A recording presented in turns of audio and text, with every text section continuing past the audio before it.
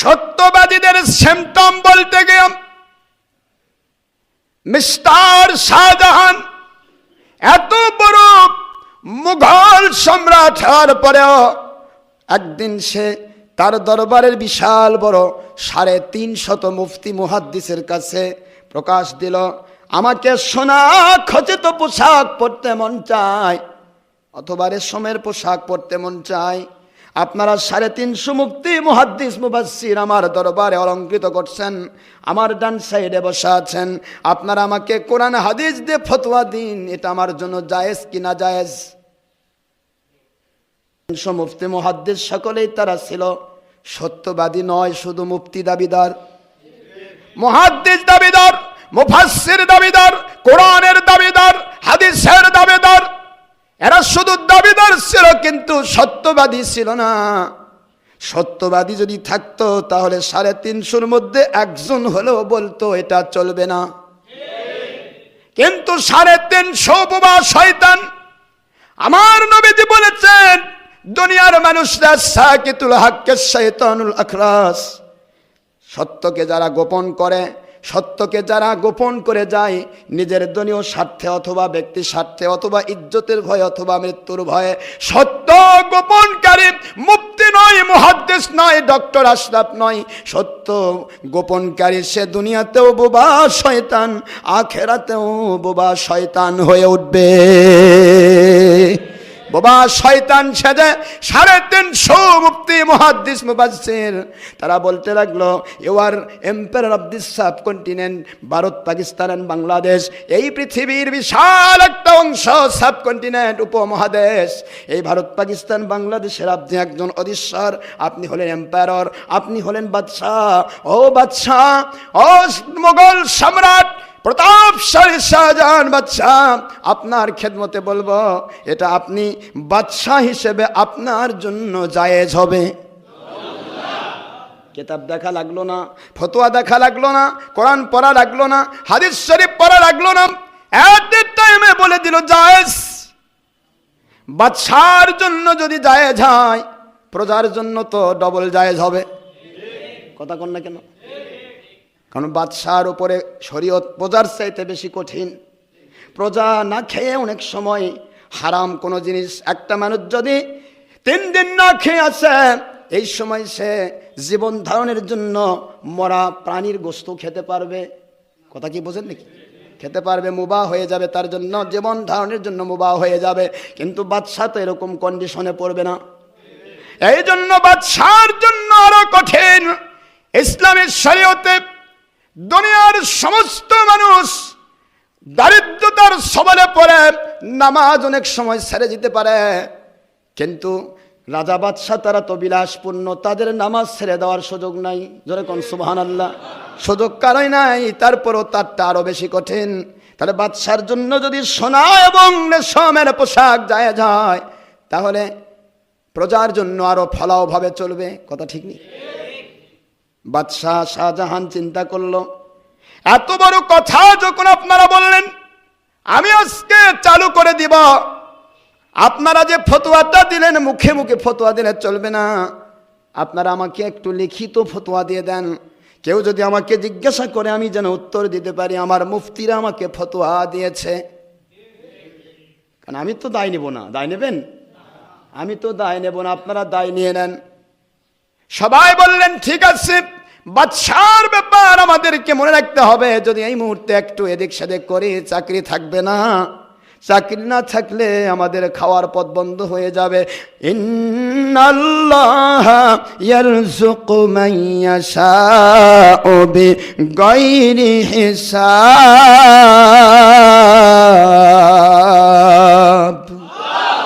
আল্লাহ যে সকল বিষয়ে খাবার দিতে পারেন বেহিসাবি, এই বিশ্বাস যদি থাকতো তাহলে আমার চাকরি আমাকে জাহান্নামী রাস্তায় নিতে পারতো না। ওয়াল্লাহু খায়রুর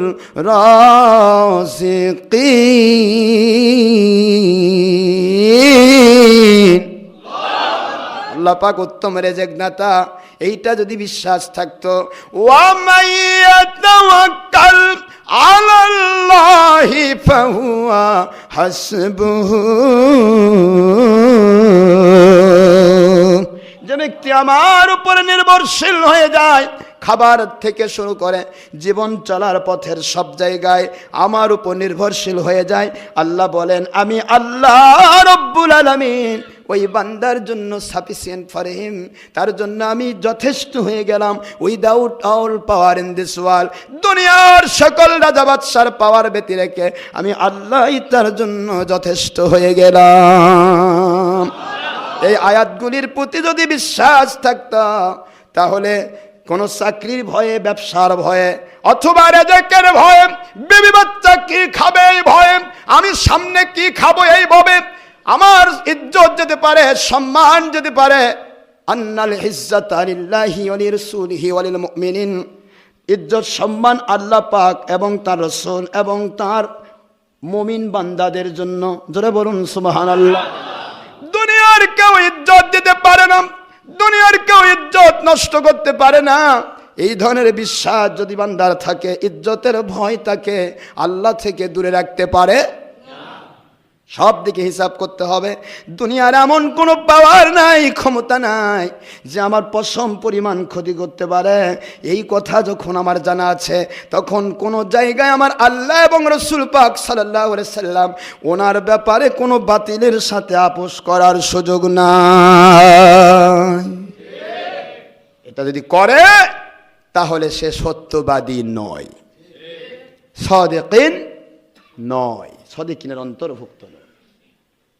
কাছে লিখিতভাবে তাৎক্ষণিকভাবে তারা দিয়ে দিল ফতোয়া। বাদশাহ বড় কঠিন চালাক, ক্লেভার বাদশাহ, অনেক চূড়ান্ত জ্ঞানী বাদশাহ, যে মানুষটি এতদিনও পর্যন্ত ফরজ নামাজ পড়ার সুযোগ পায় নাই, এখন যাচ্ছেন এমন এক আল্লাহর ওলি সত্যবাদীর কাছে, যার কাছে গেলে যাওয়ার পর থেকে তিনি তাহাজ্জুদ নামাজ কখনো কাজা করলেন না। আল্লাহু আকবার বলুন। 350 মুফতি, মুহাদ্দিস, মুফাসসির ফরজ নামাজি বানাতে পারে নাই। আর একদিন মাত্র সোহবতে সালে তোরা সালে কোনাত, সোহবতে তালে তোরা তালে কোনাত, একজন মাত্র আল্লাহর ওলির কাছে গেলেন। কেমন করে গেলেন? অনেক চিন্তা ফিকিরের পর, অনেক ভাবনার পর এই মাত্র তিনি যাবেন। কেমন করে যাবেন? হিসাব রক্ষা করতে হবে। তিনি যাচ্ছেন এমন এক ওলির কাছে, যে ওলির কাছে সামান্য সবুতের কারণে সারা জীবনের জন্য তাহাজ্জুদ গুজার হলেন। এক জামানা, পড়ুন আমার সাথে, এক জামানা সোবতে বা আউলিয়া, এক জামানা সোবতে বা আউলিয়া, বেহতরাজ শাস সালে তাহাত বেরিয়া, বেহতরাজ শাস সালে তাহাত বেরিয়া। একটা সামান্য মুহূর্ত একজন হক্কানি আল্লাহর ওলির সোহবত নেওয়া, হক্কানি ওলির কাছে গিয়ে বসে থাকা, হক্কানি ওলি আউলিয়ার কথা শোনা। আমার নবী পাক সাল্লাল্লাহু আলাইহি সাল্লাম ওনার হাদিস শরীফের ভাষা বয়ান করে মাওলানা রুমি রহমাতুল্লাহ আলাইহি এবং ইমাম গাজালি রহমাতুল্লাহ আলাইহি লিখতেছেন, সামান্য মুহূর্ত যদি কেউ আল্লাহর ওলিদের সোহবত নেয়, কেন আমার আল্লাহ পাক ওলিদের সোহবত নেওয়া ফরজ করলেন? কুনু মা সাদিকিন কেন বললেন? কেন আল্লাহ বললেন সত্যবাদী ওলিদের সাথে হয়ে যাও? কি জন্য আল্লাহ বললেন? কারণ হলো একটা মুহূর্ত যদি কেউ আল্লাহর ওলিদের সাথী হয়ে যায়, ওই বান্দা 60 বৎসর নফল ইবাদত, নফল নামাজ, নফল রোজা, নফল হজ, নফল যাকাত, নফল নামাজ আদায় করলে যে সওয়াব হতো, সেই রকম একটা পরিপূর্ণ সওয়াবের মালিক হয়ে যায়। একটু বোঝার চেষ্টা করবেন, একটু চিন্তা করলে সব পাওয়া যায়। তাহলে আল্লাহ পাক কেন সত্যবাদী ওলিদের সাথী বলতে বললেন? আল্লাহ পাক ওলি আউলিয়ার সাথী বলতে বললেন। আমরা তো বলবো যে ওলি আউলিয়া কেন, এই যে প্রশ্ন। তাহলে 350 মুফতি ফতোয়া দিয়ে দিল। বুঝতেছেন তো? এতদিন শাহজাহান জানতো সোনা হারাম, এখন মুফতির ফতোয়া দ্বারা সোনা জায়েজ মনে হয়ে গেল। তাহলে শাসক গোষ্ঠীকে খারাপ করে কারা? 2 নম্বর ধর্ম ব্যবসায়ী মৌলবী। আজ বাংলাদেশে নাস্তিকেরা যে ফাটাচ্ছে, এই নাস্তিকদের ফাটানোর সুযোগ করে দিয়েছে 2 নম্বর মৌলবীরা। নাস্তিকরা সত্যিকারের হক্কানি ওলিদের কাছে চেহারার দিকে তাকাবার সাহস করবে না। কিন্তু এরা জানে, নাস্তিকেরা জানে যাদেরকে আমরা ফাটাচ্ছি, যাদের বিরুদ্ধে কাজ করতেছি আজ বাংলাদেশে, ওই মৌলবীগুলো এরা সত্যিকারের ইসলাম মানে না। ইহুদি নাসারা ঠিকই জানে কোনটা ইসলাম আর কোনটা নন ইসলাম। সবাই জানে যারা সত্যিকার ইসলাম মানে না, এদের উপর আল্লাহর গয়বী মদদ আসবে না। সুতরাং নাস্তিকের গোষ্ঠীরা পাইকারি দরে অ্যাকশন নেয়। আমার আল্লাহর ওলি যারা হবে তাদের চেহারার দিকে তাকাতে শয়তানও ভয় পায়। সোনার ভাইরা, আমি আপনাদের খেদমতে বলবো, আল্লাহর জন্য নিজেকে তৈরি করতে হবে। যদি হয় জেল হয়ে যাবে, হয় মরণ হয়ে যাবে, হয় ফাঁসি, শহীদ হয়ে যাবে, তাতে সমস্যা কি? এর জন্য ছলচাতুরি 2 নম্বরই করার কোনো সুযোগ নাই। আমি যদি অপরাধী হই, আমার ফাঁসি হবে, আমি শহীদ হয়ে যাব। তাহলে শহীদ হওয়ার এই চিন্তা চেতনা যার মধ্যে আছে, সেই একটা শহীদের নামে, একটা ফাঁসের নামে সারা বাংলাদেশে হাজার হাজার মানুষকে খুন করা যায়। অপরাধ যদি আমি না করি, আমি ফাঁসির কাছে ঝুলেছি, আলহামদুলিল্লাহ, আমার অপরাধ নেই, মালিক খলিক রব, আমি অন্যায় করিনি। আপনি দেখেছেন আজকে জালেমরা জুলুম করে তাগুতেরা তাগুত শক্তির মাধ্যমে যেহেতু আমরা খেলাফত কায়েম করতে পারি নাই, আমাদের উপর জুলুম করে ও আল্লাহ মেরে ফেললো। ইমাম হোসেন হাসাইন রাদিয়াল্লাহু তাআলা আনহু, ওনাদের সাথে আমি বড় হইনি, ওনাদের যখন শহীদ করেছে ধর্মের নামের এজিদ শয়তান, অনুরূপভাবে আজকে আমিও সেটার বলি হতে যাচ্ছি। আল্লাহ দয়া করে আমার এই শহীদ হওয়াটাকে আপনি সারা বাংলাদেশের মানুষের নাজাতের ওসিলা বানিয়ে দেন। আমার এই শহীদ হওয়াটাকে আপনি সারা বাংলাদেশে কোরআন সুন্নাহর খেলাফত কায়েমের ওসিলা বানিয়ে দেন। এভাবে দোয়া করে আরো বেশি খুশি হওয়ার কথা ছিল। আল্লাহ পাক বলেন, যারা জিহাদের ময়দানে গেল তাদের টার্গেট 2টা, হয় শহীদ হবে নয়তো গাজী হয়ে ফিরে আসবে। থাক কোনো টার্গেট থাকবে না, পালানোর কোনো সুযোগ জিহাদে নাই। যখন আপনি জিহাদের ডাক দিয়েছেন পালাতে পারবেন না, যেই পালালো সে মুরতাদ হয়ে গেল। কি হয়ে গেল? নাউজুবিল্লাহ পড়বেন না? তাহলে যখন তখন হরতালও জিহাদ, লং মার্চও জিহাদ, সবই জিহাদ। তাহলে ইনকে পুলিশের ভয়ে পালে গেলেন, তো কয়বার মুরতাদ হোসেন? মুরতাদ মানে তো ইমান থেকে নষ্ট। নাউজুবিল্লাহ কন, সবের নাম জিহাদ হয় না। যে যেটা করে করুক, আমাকে সত্য কথা বলতেই হবে। সেই সত্য বলার জন্য অধিকার যদি আমার আল্লাহ দিয়ে দেন, দুনিয়ার কেউ আমার অধিকার নষ্ট করতে পারবে না। 350 মুফতির কাছে বলে, রে মুফতিরা, তোমরা যে আমাকে এইভাবে করে লিখিত দিলে, কিন্তু আমি দেখতে পাচ্ছি তোমাদের মতো একজন মানুষ আমার দরবারে থাকে রে, যিনি হলেন মোল্লা জিউন রহমতুল্লাহ আলাইহি। এত বড় মানুষ তিনি, আমার দিল্লির শাহী মসজিদের ইমাম। ওই ইমামের সিগনেচার আমি দেখতে পাচ্ছি না। ওনার সিগনেচার না থাকা পর্যন্ত আমি মোগল সম্রাট যত বড় হই না কেন, আমি শাহজাহান তোমাদের ফতোয়া বিশ্বাস করি না। আল্লাহু আকবার বলুন। ওলির দরকার সবারই। 350 মুফতির প্রতি সে বিশ্বাস করতে পারতেছে না, এক ওলির সিগনেচার না থাকার কারণে। দৌড় দিয়ে যায় মিস্টার শাহজাহানের যত প্রকার যত রকমের চিন্তা, যত রকমের বিশ্বাস হযরতে মোল্লা জিউন রহমতুল্লাহ আলাইহির উপরে 350 মুফতির তো সে বিশ্বাস নাই। তারা বলতেছিল উনি তারা ভণ্ড, উনি তো একটা প্রতারক, উনি তো বিতর্কিত, তার মানে সত্য কথা কয় এটাই দোষ।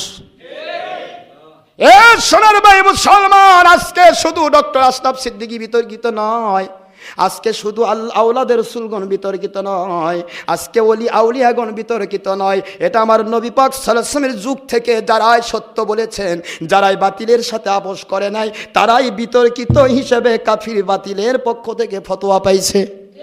এটাই সুন্নাত, 100 শহীদের মর্যাদা। এই জন্যই বড় মজা লাগে, যারা যত বিরোধিতা করবে আমার আল্লাহর কুদরতের কাছে ততই মজা লাগে। জোরে কোন সুবহানাল্লাহ। আল্লাহর ওলির কাছে কেন যেতে হবে? তিনি একা মানুষ, আমরা তো 350 মুফতি। আমরা ফতোয়া দিলাম, তারপর আপনি মানবেন না? না না না, তোমাদের ফতোয়া আমি মানব না, ওনার সিগনেচারের প্রয়োজন। সবাই ইচ্ছা না থাকার পরেও আল্লাহর ওলির কাছে গিয়ে ধরে ফেলেছে, ও আল্লাহর ওলি, আপনার একটা সিগনেচারের দরকার। আমরা বড় ব্যথায় আছি, একটা ফতোয়া দিয়ে ফেলেছি, ফতোয়াটাতে আপনি একটা সিগনেচার দিয়ে দেন। কি ফতোয়া দিলেন আপনারা? এইটা হাই হাই করছেন কি? ইসলামী শরীয়তের একটা হারামকে জায়েজ ফতোয়া দেওয়া হয়েছে, এর চাইতে মারাত্মক কথা আর কি হতে পারে? সুবহানাল্লাহ। মারাত্মক। এরা ছোট করে দেখতেছে, ছোট। জীবন বাঁচানো ফরজ, কি কন? জীবন বাঁচা ফরজ না ইমান বাঁচা ফরজ? যায় যাবে জানতা হে, জানের চাইতে ইমান বড়। ইমান যদি না থাকে 22 লাখ জীবনের চার পড়ার দাম নেই। এরা জীবন বাঁচাচ্ছে, ব্যবসা বাঁচাচ্ছে। আল্লাহর ওলি বলেন, ঠিক আছে যাও, বাড়িতে চলে যাও। আগামী শুক্রবার জুমার দিন যিনি ফতোয়া চেয়েছেন মিস্টার শাহজাহান, যার ভয়ে তোমরা ফতোয়া দিছো, উনি আমার সামনে থাকবেন। তোমাদের চিন্তা নাই, কন্ট্রোল আমি করবো। সুবহানাল্লাহ। বাদশাহ শাহজাহান আমার খুতবা শুনবে, আর তোমরা 350 মুফতি খুতবা শুনবে। ওই খুতবার ভিতরে আমি ফতোয়াটা দেব, আমি সিগনেচার দেব না। চারদিকে পড়ে গেল, খবর হয়ে গেছে রে। ওরা 350 চিন্তা করছে, এখন যে ফতোয়া দিবে আমাদের শেষ। লাখ লাখ মানুষ আসবে, চতুর্দিকে লক্ষ জনতার ভিড়। দিল্লির শাহী মসজিদে প্রাঙ্গণ ভরে গেল। ঘিরে সবার কাছে এই কথাটা বলে দিবে, আমরা তো সবাই মানুষের কাছে ধরা খাবো। আগে থেকে বাদশাহ শাহজাহান বিভিন্নভাবে ফুসনান শুরু করলো। আপনি কি করলেন, কি করলেন? দরকার ছিল? আমরা একাই তো যথেষ্ট ছিলাম। কথা বলছেন না? মিডিয়ার মধ্যে ছড়িয়ে দিল, তখন তৎকালীন সময়ে মিডিয়াতে ছড়িয়ে দিল। কি ছড়িয়ে দিল? আগামী শুক্রবারে একটা মিথ্যা রাষ্ট্র নিল, যাতে করে কিছু বলা না যায়, কিছু যেন উনি করতে না পারে। উনিও তো শুনবেন, হযরতে মোল্লা জিয়ানও তো শুনবেন খবরটা। কি বলল? যে মোল্লা জিয়ান রহমতুল্লাহ ফতোয়া দিবেন ইসলামী শরীয়তে বাদশাহ শাহজাহানের জন্য রেশমের পোশাক এবং সোনা পরা জায়েজ। আগে ক্লিয়ার করে নিচ্ছে, রাস্তা ক্লিয়ার। তো উনি শুনবে, তাহলে আর বিতর্কিত আর ফতোয়া দিতে পারবে না। নাউজুবিল্লাহ। এ কথা শুনে মানুষের আরো ঢল নামলো। কারণ আল্লাহর উলির দেশ, ছাপকনিন ভারত পাকিস্তান বাংলাদেশ আল্লাহর উলির দেশ। সব মানুষের ভাবলে কোন ফতোয়া দিয়ে? বুখারী শরীফে হাদিস দিয়ে শোনা হারাম পুরুষের জন্য, এই কি ফতোয়া দিয়ে শোনা জায়েজ করবে? জানা দরকার আছে না? সব মানুষ হাসে ভুঁইর জমালো। আল্লাহর ওলি জলদ গম্ভীর কণ্ঠে বললেন, আমার কাছে ফতোয়া চাওয়া হয়েছে, ফতোয়া আমি দেয় নাই। কি ফতোয়া দিচ্ছি শুনুন। ফতোয়া চাওয়া হয়েছে, একটা ইসলামী শরীয়তের হারামকে হালাল বলা হয়েছে। সুতরাং যে বা যারা, অর্থাৎ মিস্টার শাহজাহান ফতোয়া চেয়েছেন, এবং যে বা যারা ফতোয়াটা জানার পরেও দিয়েছেন, অর্থাৎ 350 মুফতি, মুস্তাফতি আর মুফতি দু কাফের অন্ত। মুফতি এবং মুফতাফতি অর্থাৎ বাদশাহ শাহজাহান এবং 350 মুফতি সব কয়টা কাফির হয়ে গেছে। আমি বলতেছিলাম, আলা ইন্না আউলিয়া আল্লাহি লা খাউফুন আলাইহিম ওয়া লা হুম ইয়াহজানুন। আল্লাহ পাক বলেন, ওলিদের কোনো ভয় নাই, চিন্তা নাই। তারা বাদশাকে চিন্তা করে না, তারা দুনিয়ার কোনো শাসক গোষ্ঠীকে চিন্তা করে না। তাদের চিন্তা আল্লাহ এবং রাসূল, যার কারণে দুনিয়ার সব চিন্তা আল্লাহ পাক তাদের থেকে দূরে সরে দেন। সুবহানাল্লাহ। তাদেরকে আল্লাহমুখী করে নেন, আল্লাহ পাক কন্ট্রোল করেন। আল্লাহর ওলি প্রকাশ দিয়ে দিলেন, কেন আমি দিলাম শুনুন। ইস্তেহলালে হালালে হারাম, ইস্তেহরামে হারামে হালালুন কুফরুন।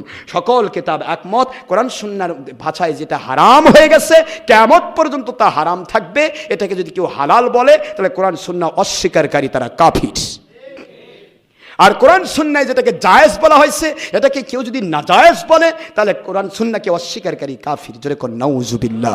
হযরতে মোল্লা জিয়াউন রহমতুল্লাহ ফতোয়া এমনভাবে চলে গেল, কোনো শক্তি তাকে ভয় দেখাতে পারল না। মিস্টার শাহজাহানের মাথা নত হয়ে গেল। 350 মুফতির মনে চোখ মুখ লাল হয়ে গেল, মুরগি পাড়া ডিমের মতো, না ডিম পাড়া মুরগির মতো, বোঝেন তো?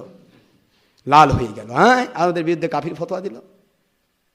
অ্যাকশন নিতে গেলেই ধরা, অ্যাকশন নিতে গেলেই ধরা। কষ্ট পাচ্ছেন? হ্যাঁ, আমাদের গুলার অ্যাকশন নিতে গেলে তো এক লাফ দিয়ে জেল থেকে চাঁদের উপর চলে যায়। আমি কই যে জেলখানা থেকে তার বাড়ি মাত্র 10 কিলোমিটার দূরে, তার বাড়ির পার্শ্বে মধুবাগ মাঠে আমি মাহফিল করেছি, সেখানে প্রায় 50-60টা হরণ ছিল বাড়ির সাথে। তো জেলখানা, কেন্দ্রীয় জেলখানা থেকে আপনার ইয়া পর্যন্ত মাত্র 10-12 কিলোমিটার রাস্তা। তো 10-12 কিলোমিটার রাস্তা পার হয়ে আসে বাড়ির গদি ছুঁয়ে থাকা পারলো না, চাঁদত লাফতে গেল 30 লক্ষ মাইল দূরে। নাউজুবিল্লাহ পড়ুন। কত বড় গাদ্দার হলে মানুষের মনের মধ্যে চিন্তা চেতনা ধুলে দিয়ে অন্যায় করার পথে মানুষকে লেলিয়ে দেওয়ার জন্য এত বড় মিথ্যাবাদী একমাত্র গাদ্দার ছাড়া কেউ হতে পারে না। লাভ দিয়ে চাঁদত চলে যায়। চাঁদত যা লাগবে কেন? আল্লাহর ওলি যেই হবে সে লাভ দিয়ে বাড়ি চলে আসবে। দেখবে নাস্তিকের বাচ্চারা, জালেমের তাগুতের বাচ্চারা, এরা দেখবে বাপ রে যে ওলিক ধরে নিয়ে যায় থুইছি, জেলেতি থাকতেছে না, বাড়ির যা শুয়ে থাকতেছে, দরকার নাই বাবা ছাড়ে দাও। কথা ঠিক না? ঠিক। কিন্তু চাঁদত যাওয়া লাগবে, তার ফটো শুট করে ইন্টারনেটে ছবি চাঁদের মধ্যে ঢুকে দেওয়া লাগবে। এত 2 নম্বরই ছলচাতুরি মানেই হলো তোমরা 2 নম্বরই দল। কোরআন সুন্নাহর নামে তোমরা নাস্তিক। চিন্তা করো না, আমরা কোনো শক্তি আমাদেরকে ভয় দেখাতে পারবে না। আল্লাহর ওলির বিরুদ্ধে এবার ফতোয়া জারি হয়ে যাচ্ছে, চতুর্দিক থেকে ফতোয়া হচ্ছে। কি ফতোয়া হলো? ওনাকে কাফির ফতোয়া দিছে, ওনাকে মারতে হবে, ওনাকে শুলে চড়াতে হবে। নাউজুবিল্লাহ। কথাটা ইন্টারনেটে যাবে, অসম্পূর্ণ কথা গেলেও তো হবে না, ফ্রি করে দিই। কষ্ট হচ্ছে আপনাদের? নামাজের টাইম কিন্তু নষ্ট নয়। অনেকে আবার বলে যে হুজুর নামাজের টাইম চলে গেল। নামাজের টাইম চলে যায় না। হুজুর পাক সাল্লাল্লাহু আলাইহি ওয়াসাল্লাম কোনোদিনও কোনো ঘড়ি ফলো করেননি। করছেন নাকি? তিনি টাইম দেখাচ্ছেন 3টা। কয়টা? একটা হলো ফার্স্ট ওয়াক্ত, আরেকটা আওসাত মধ্যম ওয়াক্ত, আরেকটা লাস্ট ওয়াক্ত। লাস্ট ওয়াক্ত দিয়ে ফার্স্ট ওয়াক্ত দিয়ে নামাজের শুরু করেছেন, আওসাত ওয়াক্তটা উত্তম বলেছেন, আর পরের নামাজের আজান হওয়া পর্যন্ত আগের নামাজটার লাস্ট ওয়াক্ত রেখে দিয়েছেন। যেরকম সুবহানাল্লাহ। এই জন্য কোনো সময় এমনটি সুযোগ নেই, মনে করবেন না যে আমার আসর নামাজ হইল না, হেরি এই হলো বোধহয় নামাজ বোধহয় শেষ হয়ে গেল। মাগরিবের আজানের পূর্ব মুহূর্ত পর্যন্ত আপনি সময় পাইলে আসর পড়ে নেবেন। যখন নামাজ চলে গেছে, আপনি কাজে ব্যস্ত আছেন, পড়েননি নামাজ, আসরের নামাজের আগ পর্যন্ত আপনার নামাজ কাজা হবে না। যখনই সময় পাবেন আপনার পড়ে নিতে হবে। এটা ভালো করে মনে রাখেন। নামাজের ওয়াক্ত 3টা। কয়টা? 3টি। তবে 3টি ওয়াক্তের মধ্যে জুমার দিনে ওয়াক্তটা হচ্ছে যেই মসজিদে জোহর নামাজ যে সময় হয় সেই সময়ের একটু পরে পড়া খাস সুন্নত। আমরা একটু পরেই পড়ি, কি কোন কষ্ট হবে? আমি ইন্টারনেটে যেহেতু কথাটা যাবে, আল্লাহর ওলিদের কাছে বায়াত হওয়া কি ফরজ। কেন ফরজ এটা বলা উচিত। আমরা বলে দেই, সারা পৃথিবীময় মানুষ জানবে, শুনবে। যার কপালে আল্লাহ হেদায়েত রাখছে সে সঠিক পথ পাবে, আর যার কপালে হেদায়েত নাই তার ব্যাপারে আমার কোনো দায়ও নাই। একটু চিন্তা করুন, হঠাৎ করে দৌড়ে আসে মিস্টার আওরঙ্গজেব, সুবহানাল্লাহ, ও আল্লাহর ওলি দয়া করে পালিয়ে যান। আল্লাহু আকবার।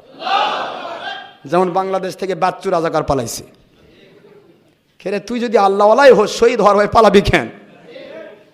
কথা বোঝেনি নাকি? পালাইনি? নাউজুবিল্লাহ। আল্লাহর ওলিরা কোনোদিন পালাই নাই।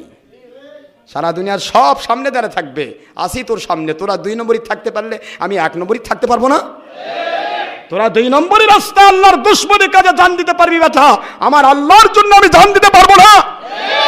তো অমন জান রাখার দরকার কি? গলায় দিতে মর। আল্লাহর জন্য জীবন দেবো, তো দেবো না কার জন্য? কার জন্য জীবন দেবো? কিসের ভয়? সারা জীবন 2 নম্বরই করছে। এনটিভির মধ্যে বসে সারাদিন কয় ভকর ভকর করে, কি কয়? বেদাত, দোয়া করা যাবে না। এই বাচ্চু রাজাকার বোঝেন নাকি? বাচ্চু রাজাকার সারা জীবন ফতোয়া দিল, বেদাত, বিরাট বেদাত, এটা বেদাত সেটা। বাংলাদেশে আহলে হাদিসের মানে আহলে হাদিস যেটা মানে লামাজহাবি দল, তাদের সেক্রেটারি এটা, এই যেটা পালাইছে বাচ্চু রাজাকারটা, এটা সারা জীবন বেদাত, মুনাজাত বেদাত, ফওয়ারাত বেদাত, ঈদে মিলাদুন বেদাত, এটা বেদাত। কে রে সুর, তুই নিজেই হারামের মধ্যে মশগুল, তুই বেদাতে বুঝিসটা কি? তুই হারাম শয়তানের বাক্সর মধ্যে ঢুকে আসিস। শয়তানের বাক্সের মধ্যে আল্লাহর ওলি থাকে নাকি? শয়তানের বাক্সের মধ্যে শয়তান থাকে। ওরা ধর্মের না, তোরা ধর্মের নামে, ওরা অধর্মের নামে। কথা ঠিক না? ঠিক। এরা পালাইছে। যাক, আল্লাহর ওলিকে বলা হচ্ছে, হে আল্লাহর ওলি আপনি পালিয়ে যান। কেন ঔরঙ্গজেব, কেন পালাবো? কারণটা কি বুঝিয়ে দাও। ও দরদি আল্লাহর ওলি, আপনাকে আমি জীবনের চাইতে বেশি ভালোবাসি। আমার আল্লাহ পাকের হাবিব বলেছেন, আলমান উমান আহাব্বা, পৃথিবীতে যার সাথে তার আল্লাহর জন্য ভালোবাসা হয় তার সাথে তার জান্নাত হয়। হে আল্লাহর ওলি, আমার বাবাকে 350 মুফতি মুহাদ্দিস মাথা খেয়ে ফেলেছে। আমার বাবা আপনার জন্য গ্রেফতারি পরোয়ানা জারি করেছেন, আপনাকে ফাঁসির কাস্টে ঝুলাবে মন্তব্য করেছেন। তাড়াতাড়ি যান, পালিয়ে যান, পালিয়ে যান। রে ঔরঙ্গজেব, এক লোটা পানি আমাকে দাও। পানি কি হবে? নামাজের সময় তো হয় নাই, ওযু করে কি করবেন? আমি দেখতে চাই তোমার বাবার পাওয়ার বেশি না আমার আল্লাহর পাওয়ার বেশি। এ ঔরঙ্গজেব, দে দে এক ফোঁটা পানি দে। আমার আল্লাহর কুদরতি ঘোষণা হয়ে যায়। ও আমার ওলি, আপনি জানিয়ে দেন, নিজের বাবা বাদশার বিরুদ্ধে চলে যায় আল্লাহর সন্তুষ্টির জন্য। ও আমার ওলি বলে দেন, বাদশাহ শাহজাহানের 4 জন ছেলের দ্বারা সুজা ঔরঙ্গজেব মুরাদ, এই 4 জনের 3 জন তার মসনদ পাবে না, পাবে না, পাবে না। আমি আল্লাহ কুদরতওয়ালা হকের পক্ষে প্রাধান্য দেওয়ার কারণে বাদশাহ ঔরঙ্গজেবকে বাদশাহ আলমগীর উপাধি দিয়া তার বাবার মসনদের জন্য কবুল করে নিলাম। আল্লাহু আকবার, জোরে বলো। হকের পক্ষে রায়, বাপের বিরুদ্ধে, বাদশার বিরুদ্ধে, ফকিরের পক্ষে। সুবহানাল্লাহ পড়বেন না? আল্লাহু আকবার। আল্লাহর ওলি বলতেছেন, আমি হাত তুলবো আল্লাহর কাছে। দৌড় দেয়, আমার আব্বা, যে ওলির বিরুদ্ধে আপনি গ্রেফতারি পরোয়ানা জারি করেছেন, গ্রেফতার করা লাগবে না। তাকায়ে দেখেন আপনার ময়ূর সিংহাসন থরথর করে কাঁপতেছে। চতুর্দিকে তাকায়, দেখো তো দেখো ভূমিকম্প হচ্ছে কিনা। না না না, ভূমিকম্প হয় না, শুধু ময়ূর সিংহাসন কাঁপে। বাবা যদি এই মুহূর্তে গ্রেফতারি পরোয়ানা বন্ধ না করেন, আল্লাহর ওলি এখন নামাজে দাঁড়ান নাই, এখন আমার আল্লাহর কাছে হাত তোলে নাই, আপনার ময়ূর সিংহাসন শুধু নয়, আপনার পুরা মসনদ তছনছ হয়ে যাবে। আল্লাহর ওলি কাকে বলে? মিস্টার শাহজাহান বলে, বাবাজি রে, আমার ছোট ছেলে হয়ে তুই আমার দৃষ্টি খুলে দিয়েছিস রে। আমার মনটা ভুলে গিয়েছিলাম, হকের বিরুদ্ধে কথা বলা যায় না। আর নয়, আর নয়, চল যাই, চল যাই। ওলিকে গ্রেফতার নয়, 350 গ্রেফতার কর। আর ওলির কাছে গিয়ে আমি মুরিদ হয়ে যেতে চাই। মুরিদ হওয়ার পরে আল্লাহর ওলির কাছে তওবা করে, ও আল্লাহর ওলি ভুল করে ফেলেছি, তওবা করে দেন। তওবা করার পরে নামাজি মুসলমান হয়ে গেল। ওই দিন থেকে মিস্টার শাহজাহান মৃত্যু পর্যন্ত কোনোদিন ফরজ নামাজ কাজা হওয়া তো দূরের কথা, তাহাজ্জুদ নামাজ কাজা করে না। আল্লাহু আকবার বলুন। পরবর্তী অ্যাকশনে হযরতে বাদশাহ আলমগীর তিনি চলে আসলেন সিংহাসনে। ভাইরা আমার, অনেক কথা, এক কথায় আমরা বুঝি আল্লাহর ওলিদের সোহবত নেওয়া কেন ফরজ। আমার আল্লাহ আদেশ করেছেন, আল্লাহ পাক বলেছেন, আতিউল্লাহ ওয়া আতিউর রাসূল ওয়া উলিল আমরি মিনকুম। তোমরা আল্লাহর আনুগত্য স্বীকার করো, আল্লাহ রাসূল পাক সাল্লাল্লাহু আলাইহি ওয়াসাল্লামের আনুগত্য স্বীকার করো। আল্লাহ রাসূল পাক সাল্লাল্লাহু আলাইহি ওয়াসাল্লাম যখন বিদায় নেবেন, বেসাল শরীফ লাভ করে হায়াতুন নবী হিসেবে, জিন্দা নবী হিসেবে তিনি কবরে যখন আল্লাহর দিদারে থাকবেন, তখন তোমরা ওনার পথে যারা থাকবে সেই ওলিদেরকে মেনে নাও। জোরে কোন সুবহানাল্লাহ। এই ওলিদেরকে মেনে নাও। কোরআন শরীফের 4 নম্বর সূরা, 4 নম্বর পারা, সূরাতুন নিসা, আয়াত শরীফ নম্বর 60। এই আয়াত শরীফের ভিত্তিতে হক্কানি ওলিয়া উলিয়াদের অনুসরণ করা, অনুকরণ করা, তাদের গোলাম হয়ে যাওয়া ফরজ। আল্লাহু আকবার, জোরে বলুন।